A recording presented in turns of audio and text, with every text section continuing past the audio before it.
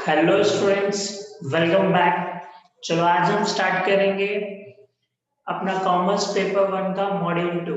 जो हमारे 4 मॉड्यूल्स थे उसमें से फर्स्ट मॉड्यूल हम ऑलरेडी कंप्लीट कर चुके हैं, जो था अपना बिजनेस। आज हम स्टार्ट करेंगे बिजनेस इन्वायरमेंट, जो तुम्हारा मॉड्यूल 2। ओके, तो चलो बेसिकली ये वाला पूरा का पूरा चैप्टर मैं तुमको प्रेजेंटेशन पे सिखाऊंगा, क्योंकि जो भी हाईलाइटेड पॉइंट्स हैं, जो भी इंपॉर्टेंट पॉइंट्स थे, मैंने उनको थोड़ा तुमको इमेजेस और टेक्स्ट के साथ प्रेजेंटेशन बनाया है उनके साथ, ताकि तुम लोगों के लिए थोड़ा इंटरेक्टिव हो और थोड़ा अच्छा लगे तुमको भी पढ़ना, ताकि तुम स्किप कर करके ना पढ़ते जाओ। ओके, मैंने जो भी इस प्रेजेंटेशन में पॉइंट्स हाईलाइट किए हैं, प्लीज उनको ध्यान देना।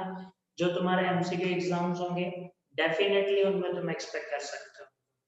ओके, तो चलो स्टार्ट करते हैं। सबसे पहले मैं तुमको बताता हूँ जरा बिजनेस एनवायरनमेंट क्या होता है। एक बिजनेस जो हम ऑलरेडी अपने मॉड्यूल 1 में सीख चुके हैं, उसको इमेजिन करो कि जैसे कि तुम्हारा ये बिजनेस है। किसी भी बिजनेस की जो वर्किंग होती है, वो किन किन फैक्टर से अफेक्ट होती है। किन किन फैक्टर से अफेक्ट होने वाली है? बेसिकली दो फैक्टर होते हैं। एक होते हैं इंटरनल फैक्टर, अंदर के फैक्टर्स, और कुछ एक्सटर्नल फैक्टर्स होते हैं। यही सब होता है अपना बिजनेस एनवायरनमेंट। तो अगर तुमको शॉर्ट में बताना है किसी को कि बिजनेस एनवायरनमेंट क्या होता है, तो वो सारे इंटरनल एंड एक्सटर्नल फैक्टर्स जिनकी वजह से बिजनेस का वर्किंग अफेक्ट। ओके, तो चलो इसके बारे में जरा हम डिटेल में पढ़ने वाले हैं। देखो जरा स्क्रीन पे,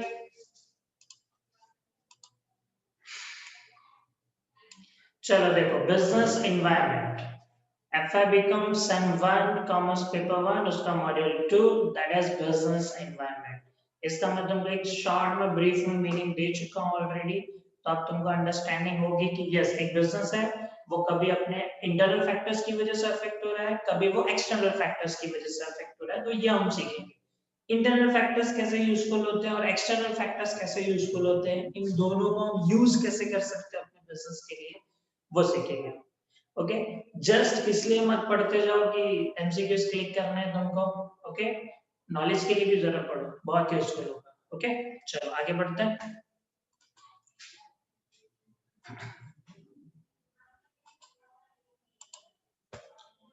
चलो देखो, मैंने इस चैप्टर को 3 पार्ट में डिवाइड किया।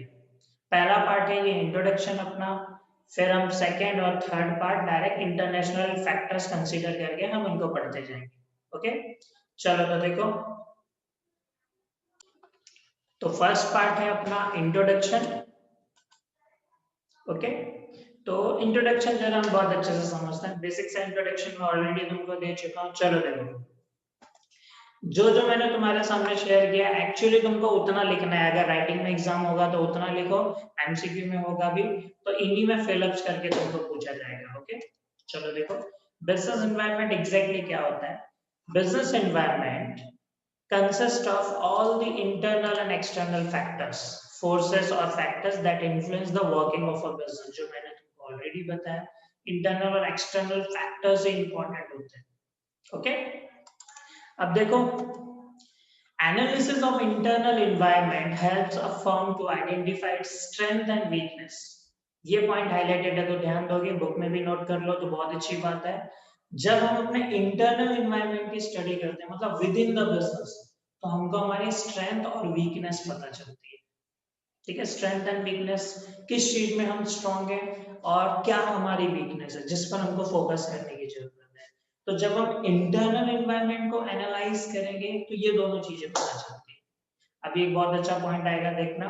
और जब हम एक्सटर्नल एनवायरनमेंट को स्टडी करते हैं तो देखो, analysis of external environment helps to identify opportunities and threats। opportunities and threats मतलब जब हम बाहर के environment को study करते हैं, तो हमारे लिए और क्या न्यू अपॉर्चुनिटीज, बिजनेस अपॉर्चुनिटीज बन सकती है, कहाँ पे हमको चांसेस मिल सकते हैं।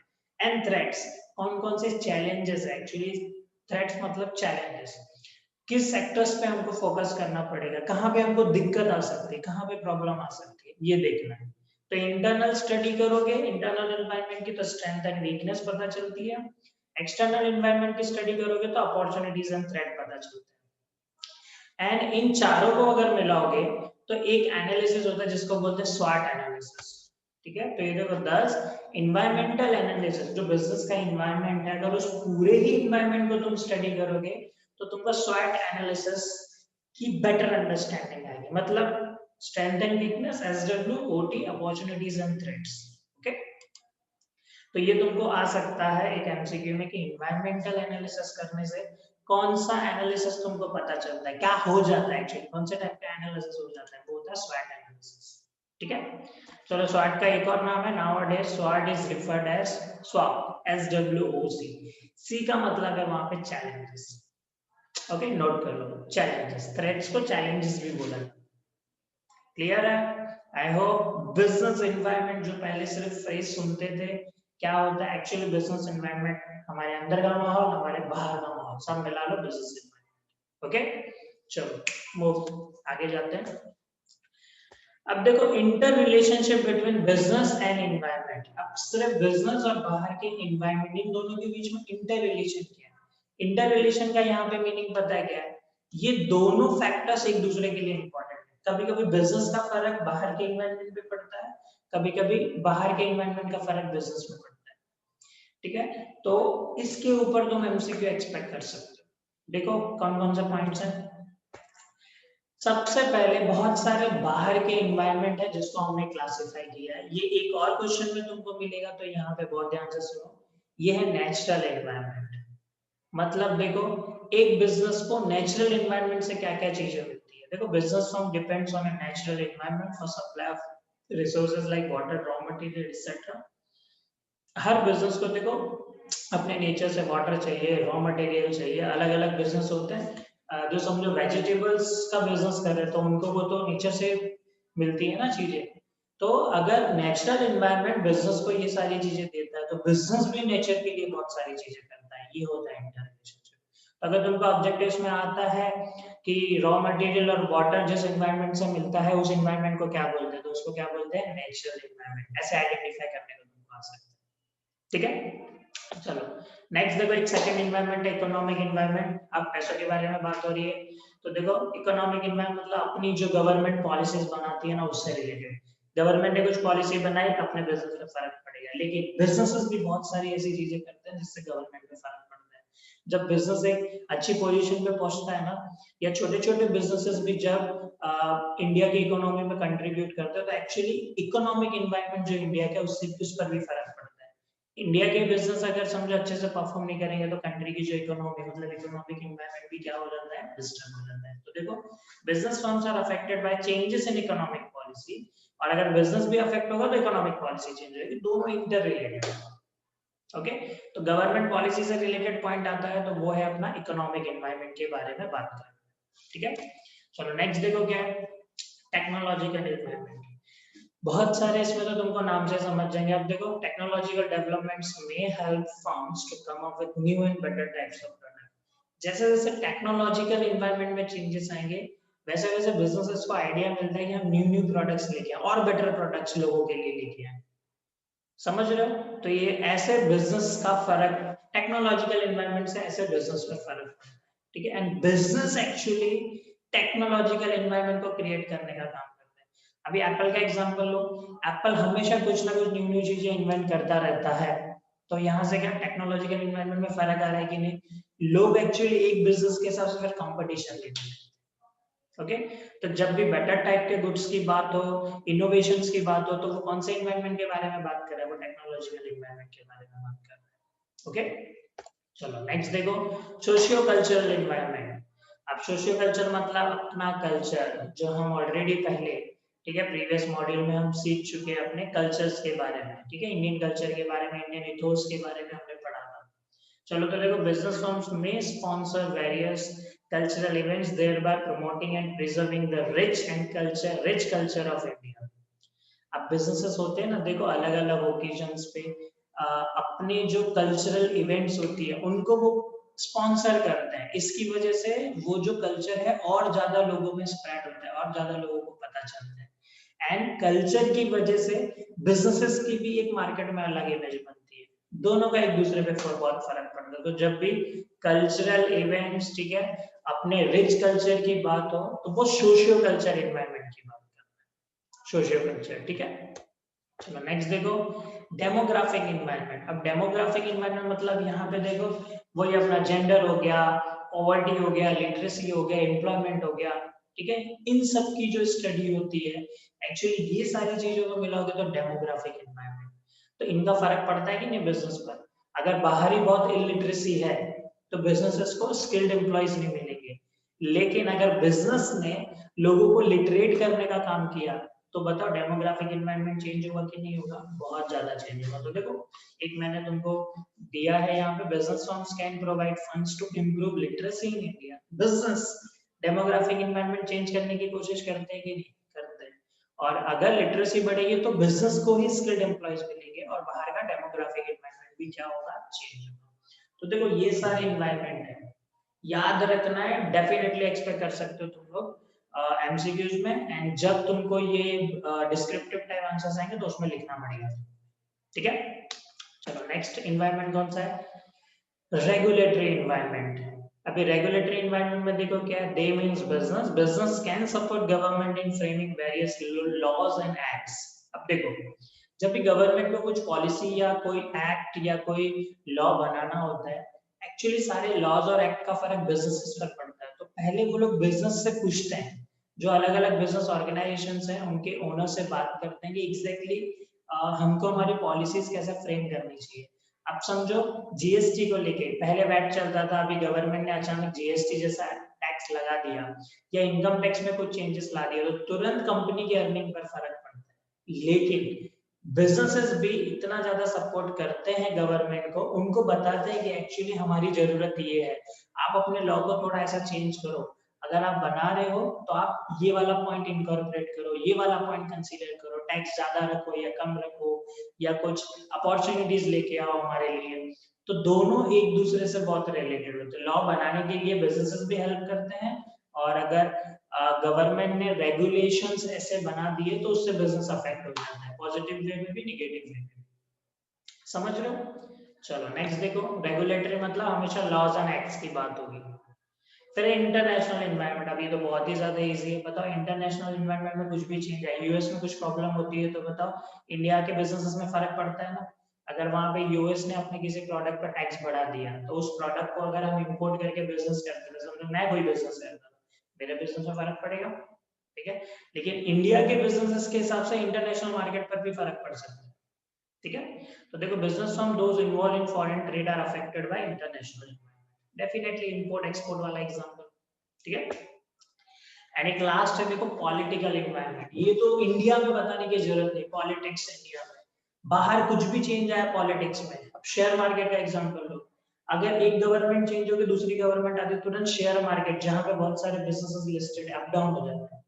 शेयर मार्केट पर तो एनवायरनमेंट का इतना फर्क पड़ता है कि अगर एक गलत गवर्नमेंट सिलेक्ट हो गई ना पॉलिटिक्स में, अपनी गलत गवर्नमेंट चूज हो गई तो बिजनेसेस की होप्स डाउन हो जाती है। देखो ये होता है एनवायरनमेंट का फर्क। एक सही अभी जैसे कि देखो एक एग्जांपल, जब बीजेपी 2019 में इलेक्ट होके आई थी, पॉलिटिक्स पूरा चेंज हो गया था, कांग्रेस से काफी टाइम से लोग परेशान थे जैसा बाहर दिख रहा है, जिससे बीजेपी आई, शेयर मार्केट एक्चुअली वो हुआ क्योंकि बिजनेसेस को थोड़ी होप आई थी। पॉलिटिक्स से बहुत फर्क पड़ता है, पॉलिटिकल एनवायरनमेंट से। और एक चीज, ये जो बिजनेसेस होते हैं ना, ये अलग अलग पॉलिटिकल पार्टीज को पैसे भी डोनेट करते हैं, ताकि बताओ ना पॉलिटिकल पार्टीज कुछ बिजनेस करती है क्या? नहीं करती, वो तो सर्वेंट रहते हैं पब्लिक के। लेकिन ये जो बिजनेसेस है ना, ये उनको स्पॉन्सर करते हैं, एक्चुअली उनको डोनेट करते हैं, ठीक है। तो दोनों एक दूसरे से रिलेटेड है। जब भी पॉलिटिकल एनवायरनमेंट की बात हो तो डेफिनेटली यही अपनी पॉलिटिकल पार्टीज की बात है कि इंटरनेशनल एनवायरनमेंट बताने की जरूरत नहीं है, रेगुलेटरी लॉज एंड एक्ट्स की बात होगी, ये तुमको ध्यान देना है, ठीक है। ये देखो लॉज एंड एक्ट्स, ये इसमें। और डेमोग्राफी में एक एग्जांपल दिया फिलहाल लिटरेसी, यहाँ पे तुम लोग एम्प्लॉयमेंट जेंडर वगैरह ये सब भी डाल सकते हो। सोशल कल्चर, यहाँ पे हमेशा देखो ये अपना जो रिच कल्चर है उसके प्रमोशन को लेके, इवेंट्स को लेके, कल्चरल इवेंट्स को लेके ये काम किया जाता है। टेक्नोलॉजिकल एनवायरनमेंट, इनोवेशंस, ठीक है, बेटर प्रोडक्ट्स हमको मिलते हैं। इकोनॉमिक एनवायरनमेंट, गवर्नमेंट की पॉलिसीज। नेचुरल एनवायरनमेंट जैसे कि अपना वाटर, रॉ मटेरियल वगैरह हमको मिलता है, ओके। ये सारे एनवायरनमेंट होते हैं, याद रखना है तुमको, एक्चुअली इन सबका फर्क पड़ता है, ये तो हम पढ़ रहे थे वहां पे, ठीक है। आई होप सभी को क्लियर होगा। ये ब्रीफ्स में मैंने तुम्हारे लिए पॉइंट्स लेके आया हूं मैं, प्लीज नोट कर लो बुक में, बहुत इजी रहेगा। ठीक है, चलो अब आगे बढ़ते हैं जरा।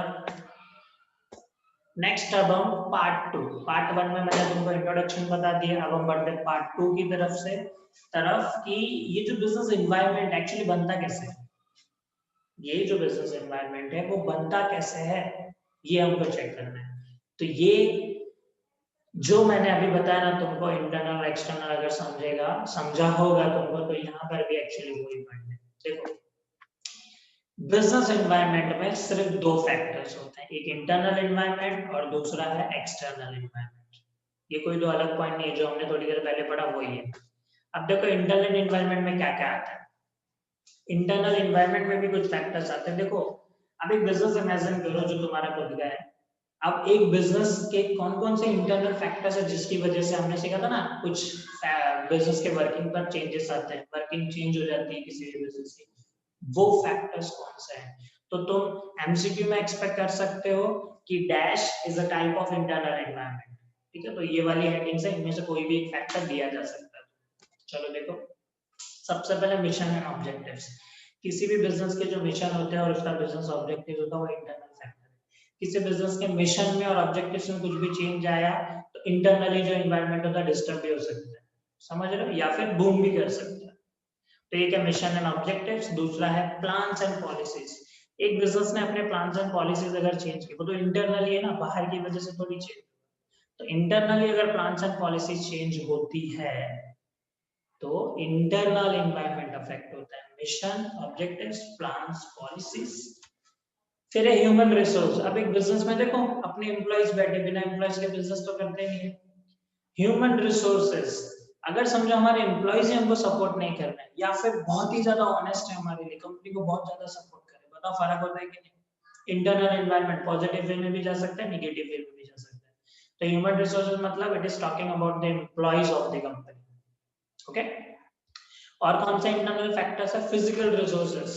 अकाउंट स्टूडेंट है तुम लोग, ऑलरेडी तुमको पता होगा एसेट्स, ठीक है, जो भी फिजिकल एसेट्स है, अपना फर्नीचर हो गया, plant and machinery, land and building, ये सब अफेक्ट करते हैं इंटरनल एनवायरनमेंट को। अभी एक कंपनी है बहुत अच्छा प्रोग्रेस कर रही है, अचानक समझो उसकी फैक्ट्री में आग लग जाती है, मशीन्स खराब हो गई अगर उनकी, या मशीन्स आउटडेटेड हो गई। एग्जांपल दूंगा तुमको, कोटक कंपनी, कोटक कैमरा सुना है, वो देखो पहले छोटा कैमरा आता था, वो जो कैमरा है, एक्चुअली उस कंपनी के प्रोडक्ट्स में कुछ प्रॉब्लम नहीं थी, क्वालिटी प्रोडक्ट्स थे, उन कैमरेज की हार्डवेयर की क्वालिटी देखोगे ना बहुत सुपर्ब थे, लेकिन मार्केट में ट्रेंड न्यू आ गया, पेपर फोटोज से डिजिटल फोटोज आ गए, वो कंपनी वैसी की वैसी डाउन हो गई।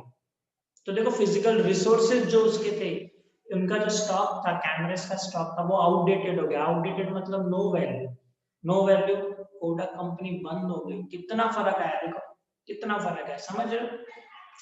फर्क बाहर की वजह से है क्योंकि बाहर कुछ चेंज आ गया, डिजिटल वर्ल्ड आ गया था, लेकिन फिलहाल उनकी उस प्रोडक्ट की अब वैल्यू रहेगी नहीं, तो वो जो फिजिकल रिसोर्सेज थे क्योंकि उनकी वैल्यू नहीं रही, बिजनेस बंद हो गया। इतना फर्क आता है, समझ लो।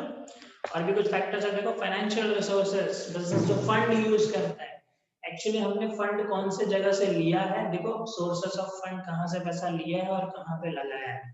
अगर कंपनी ने एक बैंक से लोन लिया है और बैंक ने बहुत ही महंगे रेट से, महंगे इंटरेस्ट रेट पर लोन दिया है, बताओ इंटरनल एनवायरनमेंट डिस्टर्ब होगा कि नहीं।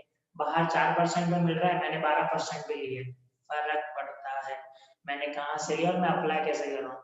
मैंने समझो सोचा कि गवर्नमेंट के बॉन्ड्स में पैसा लगाने की वजह मैंने शेयर मार्केट में पैसा लगाया और अचानक शेयर मार्केट डाउन हो गई, तो बताओ फंड जो मेरे पास थे वो ही लॉस में चले गए। अगर मेरे फंड्स लॉस में जाते हैं, इंटरनल एनवायरनमेंट पे फर्क पड़ेगा कि नहीं पड़ेगा।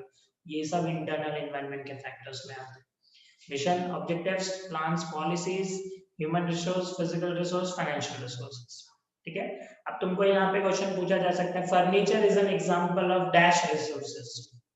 Furniture is an example of physical resources, ठीक है, dash is an example of human resources, तो employees will be the option, समझ रहे हो, करेक्ट। चलो अब बढ़ते हैं हम अपने एक्सटर्नल एनवायरनमेंट की तरफ, लेकिन एक पॉइंट और है यहाँ पे जो है कॉर्पोरेट इमेज। हर बिजनेस अपनी कॉर्पोरेट इमेज बढ़ाने का और उसको मेंटेन रखने का काम डेफिनेटली करता है। अगर समझो बिजनेस के किसी इंटरनल फैक्टर की वजह से कॉर्पोरेट इमेज डाउन होती है तो इंटरनल एनवायरनमेंट डिस्टर्ब हो जाएगा, ठीक है, हो जाएगा। और अगर इमेज बहुत अच्छी बनती जाती है इंटरनल फैक्टर्स की वजह से, इंटरनल एनवायरनमेंट की वजह से इमेज पॉजिटिव होती है। समझ लो, आई होप क्लियर होगा। अब एक्सटर्नल एनवायरनमेंट में बहुत सारी वही चीजें आएंगी, ठीक है, जो ऑलरेडी तुमको बता चुका हूँ, लेकिन फिर भी देखो एक्सटर्नल एनवायरनमेंट होता क्या है, अगर तुमको एक लाइन में किसी को बताना होगा तो देखो, a proper analysis of external environment, अगर तुम अपने एक्सटर्नल एनवायरनमेंट को बहुत अच्छे से स्टडी करते हो, will enable the firm to grab the opportunities, जो हमने पढ़ा, हम अपॉर्चुनिटीज ग्रैब कर सकते हैं, या फिर थ्रेट्स की वजह से हम डिफ्यूज टाइप भी हो सकते हैं, मतलब अभी यहाँ पे टू डिफ्यूज द थ्रेट्स। अब देखो एक्सटर्नल इन्वायरमेंट की वजह से हमको पता चलता है कि हमारे लिए मार्केट में अपॉर्चुनिटी, हम उसको ग्रैब कर सकते हैं, या फिर कहीं पे कुछ प्रॉब्लम होने वाली है तो हम उसको लेके थोड़े अलर्ट हो सकते हैं। समझ रहे हो, थोड़े अलर्ट हो सकते हैं, ये है एक्सटर्नल एनवायरनमेंट, इसलिए बहुत इंपॉर्टेंट होता है।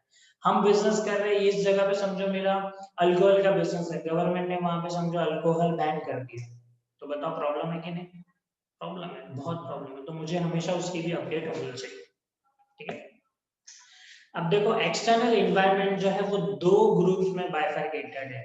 एक्सटर्नल एनवायरनमेंट ये बहुत इंपॉर्टेंट है, दो ग्रुप में बाइफरकेटेड है। पहली बात, बिजनेस एनवायरनमेंट दो ग्रुप में बाइफरकेटेड है, इंटरनल एक्सटर्नल। अब एक्सटर्नल एनवायरनमेंट दो ग्रुप में बाइफरकेटेड, एक है माइक्रो और एक है मैक्रो। देखो, एक है माइक्रो एनवायरनमेंट, एक है मैक्रो एनवायरनमेंट। अब बीइंग एफआई बीकॉम स्टूडेंट, तुम लोगों को 12th में ऑलरेडी था इकोनॉमिक्स में माइक्रो एंड मैक्रो इकोनॉमिक्स। तो माइक्रो मतलब ऑलवेज छोटे छोटे फैक्टर्स की बात होगी, मैक्रो मतलब एज अ ग्रुप होल बात होने वाली है। तो देखो मैंने तुमको मीनिंग भी बता दिया यहाँ पे, माइक्रो एनवायरनमेंट क्या होता है। The micro environment consists of all those factors in the firm's immediate environment. Firm का जो भी immediate environment है, मतलब बहुत क्लोज वन, एकदम आजू बाजू वाले का, जिससे हमारा बहुत ज्यादा रिलेशन रहता है, वो माइक्रो एनवायरनमेंट में आता है। लेकिन मैक्रो एनवायरनमेंट क्या है? तो macro environment consist of the broader socio economic factors that influence the working of the firm. Socio economic factors, और यहाँ पे फर्म का इमीडिएट एनवायरनमेंट। फर्म के इमीडिएट एनवायरनमेंट में देखो उसके कस्टमर, सप्लायर, जिनसे हमारा डेली का काम है, सप्लायर से गुड्स लेना है, कस्टमर को देना है, यही जो ग्रुप है अपना माइक्रो एनवायरनमेंट है, यही माइक्रो एनवायरनमेंट। और मैक्रो एनवायरनमेंट सारे आउटसाइड फैक्टर्स, समझ लो। चलो अब आगे बढ़ते हैं, आई थिंक यहाँ तक तुम लोगों को समझ चुके हो। Let's discuss this in our next slide. अब माइक्रो और मैक्रो के जो अंदर के कंटेंट है उनको मैं अगले स्लाइड में तुम्हारे सामने लेके आता हूँ, ठीक है, यहाँ पे थोड़ी जगह कम पड़ेगी। चलो देखो एक्सटर्नल एनवायरनमेंट, जैसा कि मैंने तुमको बोला दो टाइप में बाइफरकेटेड है। पहला क्या अपना माइक्रो एनवायरनमेंट, और दूसरा क्या था मैक्रो। माइक्रो के फैक्टर्स देखो कौन कौन से, जैसा कि मैंने तुमको बताया, customers, they are our immediate environment, daily basis पे इनके साथ अपना लेना देना होता है, ठीक है। कस्टमर्स, कॉम्पिटिटर्स, बस याद रखो कि ये सब माइक्रो एनवायरनमेंट में आते हैं, बताने की तो कुछ जरूरत नहीं कस्टमर कौन होते हैं। कॉम्पिटिटर्स कौन होते हैं बताओ? सेम बिजनेस है अपना, बाजू वाला। अभी एक भाजी वाले का एग्जांपल लो जो बाहर बैठे रहते, देखो बाजू बाजू में कितने लोग रहते हैं, सेम बिजनेस, सेम भाजी भी लेके बैठे हैं, कॉम्पिटिटर्स, ओके। सप्लायर्स, जो हमको रॉ मटेरियल सप्लाई कर रहे हैं, उनको हम बना के कुछ बेच रहे हैं या फिर डायरेक्टली उनसे परचेस करके बेच रहे हैं, सप्लायर्स, ये सब आते हैं माइक्रो एनवायरनमेंट में, याद रखो। चैनल इंटरमीडियरीज, चैनल इंटरमीडियरीज बताओ, ये देखो जो हमारे एजेंट्स वगैरह हो जाते हैं, ठीक है। अगर समझो हमने किसी पर्सन को अपना एजेंट बना के अपॉइंट किया, या फिर ये बैंक्स हो गए, ठीक है, बैंक्स भी हमारे लिए हमारे एजेंट का काम करते हैं, ये सब हमारे माइक्रो एनवायरनमेंट में आते हैं, ओके। फिर अपनी सोसाइटी, जहाँ पे हम एक्चुअली एग्जिस्ट करते हैं, अपनी सोसाइटी भी माइक्रो एनवायरनमेंट में आती है, ये याद रखो, ठीक है। सोसाइटी से तो बहुत ज्यादा फर्क पड़ता है।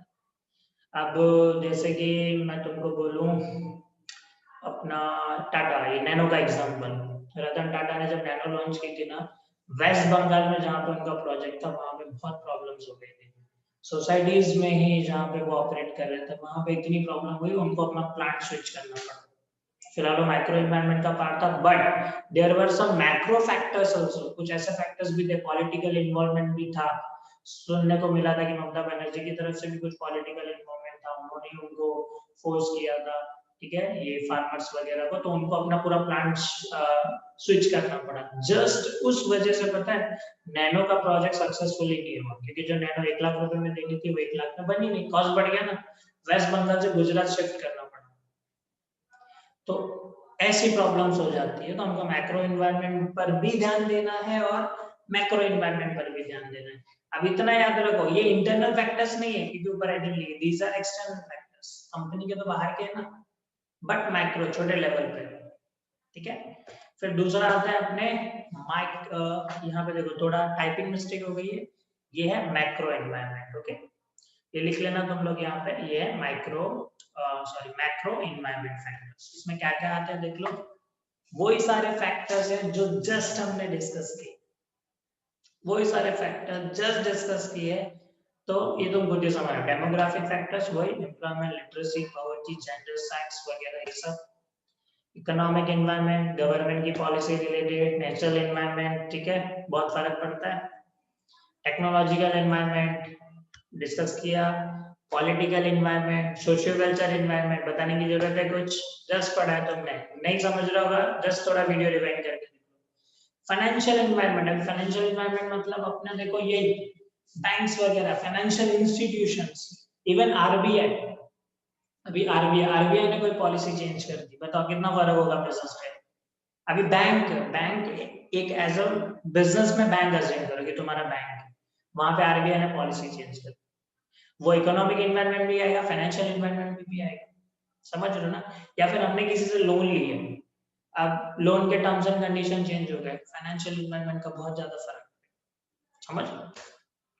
लीगल एनवायरनमेंट, कोई न्यू लॉ आ गया या फिर कुछ अपना प्रोडक्ट जो हम बेच रहे तो बैन हो गया, गवर्नमेंट ने एक लॉ बना दिया कि आज के बाद चलो, जैसे कि अजय देवगन का तो ऐड तुमने देखा है ना, अजय देवगन किसका ऐड करता है, मुझे अभी नाम ही नहीं याद आ रहा है, कोई गुटखा है ना उसका। अब समझो कल गवर्नमेंट ने एक पॉलिसी बना दी कि गुटखा आज के बाद बैन बैन है, ठीक है, गुटखा अगर बैन है तो अपना जो बिजनेस है उधर ही खत्म हो गया ना, ठीक है, एटलीस्ट उस स्टेट में बैन है तो उस स्टेट का बिजनेस अफेक्ट हो जाएगा, लीगल एनवायरनमेंट का बहुत फर्क पड़ता है। इंटरनेशनल एनवायरनमेंट, वो यूएस में इंपोर्ट किसी पर्टिकुलर प्रोडक्ट पे कुछ बैन लगा दिया तो इधर प्रॉब्लम हो जाएगी, तो ये सब आते हैं मैक्रो में, ठीक है, वो देखो मैंने हाईलाइट किया, मैक्रो है वो, प्रिंटिंग मिस्टेक हुई है, एंड ये सब है माइक्रो एनवायरनमेंट में। थोड़ा डिस्टिंग्विश तरीके से याद रखो, डेफिनेटली एक्सपेक्ट कर सकते हो कि ये माइक्रो में आता है, ये मैक्रो में आता है, ठीक है, ऐसा समझ करो। आई होप क्लियर होगा, एक बार फिर से जरा रिकॉल करो, चलो एक बार फिर से थोड़ा रिकॉल करने की कोशिश करो। सबसे पहले हमने क्या पढ़ा, इंटरनल एक्सटर्नल, ठीक है, इंटरनल में हमने पढ़ा, फिर एक्सटर्नल दो टाइप में बाइफरकेटेड है, तो वो जो दो टाइप थे कौन से थे, पहला वाला था अपना माइक्रो, दूसरा था मैक्रो। माइक्रो में अपने इमीडिएट वाले, ठीक है, कस्टमर्स, कॉम्पिटिटर, सप्लायर्स, अपनी सोसाइटी, चैनल इंटरमीडिएरीज, ये सारे पॉइंट देखो, स्लाइड याद आ रही होगी। और मैक्रो एनवायरनमेंट में वही demographic, natural environment, technological environment, political, socio cultural environment, legal environment, ठीक है, फाइनेंशियल एनवायरनमेंट, ये सारे मैक्रो में आते हैं, ऐसे याद रखना, ओके। चलो अब हम बढ़ते हैं अपने इसी प्रेजेंटेशन में थोड़ा आगे, यहाँ तक हम ऑलरेडी कवर कर चुके हैं। किसी भी पॉइंट में अगर कुछ डाउट आ रहा होगा तुमको तो थोड़ा रिवाइंड करके वो पॉइंट फिर से सुनो, डेफिनेटली समझेगा। एंड जो पॉइंट मैं बार बार हाईलाइट करते जा रहा हूँ, एक्चुअली मैंने जो भी यहाँ पे दिया है पूरे चैप्टर को बहुत ही समराइज्ड व्यू में दे दिए, ताकि मैं तुमको वो समझा सकूं एंड वैसे के वैसे तुम लोग ज्यादा बिना पढ़े बहुत अच्छे मार्क्स स्कोर कर सको, ठीक है। चलो अब है एक्चुअली ये अपना थर्ड पार्ट, अभी थर्ड पार्ट हम अगले सेशन में करेंगे, ठीक है। तो जो फर्स्ट पार्ट था, पहला पार्ट अपना इंट्रोडक्शन था, सेकंड पार्ट अपना कौन सा था, सेकंड पार्ट अपना कौन सा था, वही जो हमने कंपोनेंट्स ऑफ बिजनेस एनवायरनमेंट पढ़ा। थर्ड पार्ट हम अपने नेक्स्ट सेशन में करेंगे, ठीक है, उसका भी प्रेजेंटेशन में तुम्हारे लिए रेडी करता हूँ, फिर हम मिलेंगे। आई होप किसी को इसमें कुछ डाउट नहीं होगा, कुछ भी डाउट हो प्लीज वीडियो रिवाइंड करके देखो, पूरा चैप्टर तुम्हारा, पूरा मॉड्यूल तो बहुत अच्छे से कवर हो जाएगा, ठीक है। इंटरनल, एक्सटर्नल, स्वॉट एनालिसिस, सब हमने कवर किया। अब एक बचा है, हम इंटरनेशनल फैक्टर्स के बारे में पढ़ेंगे। काफी इंपॉर्टेंट सेक्शन है, सबसे ज्यादा एमसीक्यूज तुम उसमें से एक्सपेक्ट करो। ठीक है, चलो तो मिलते हैं हम अपने नेक्स्ट लेक्चर में। एंड ये वाला पार्ट है सिर्फ एफवाई बीकॉम स्टूडेंट्स ही नहीं, इवन अभी जो न्यू सिलेबस आया है उसमें 11 के स्टूडेंट्स भी इसको रिफर कर सकते हैं। 12th में भी कुछ बिजनेस एनवायरनमेंट रिलेटेड है, तो सभी स्टूडेंट्स के लिए एक्चुअली काफी यूजफुल। ओके, चलो तो मिलते हैं हम अपने अगले लेक्चर में। ठीक है, तब तक पढ़ते रहो। एंड लास्ट में जो मैंने तुमको शेयर किए थे एमसीक्यू से एक लेक्चर लिया था, जिन स्टूडेंट ने रेफर नहीं किया है प्लीज उसको जाके रेफर। ओके, चलो मिलते हैं, बाय।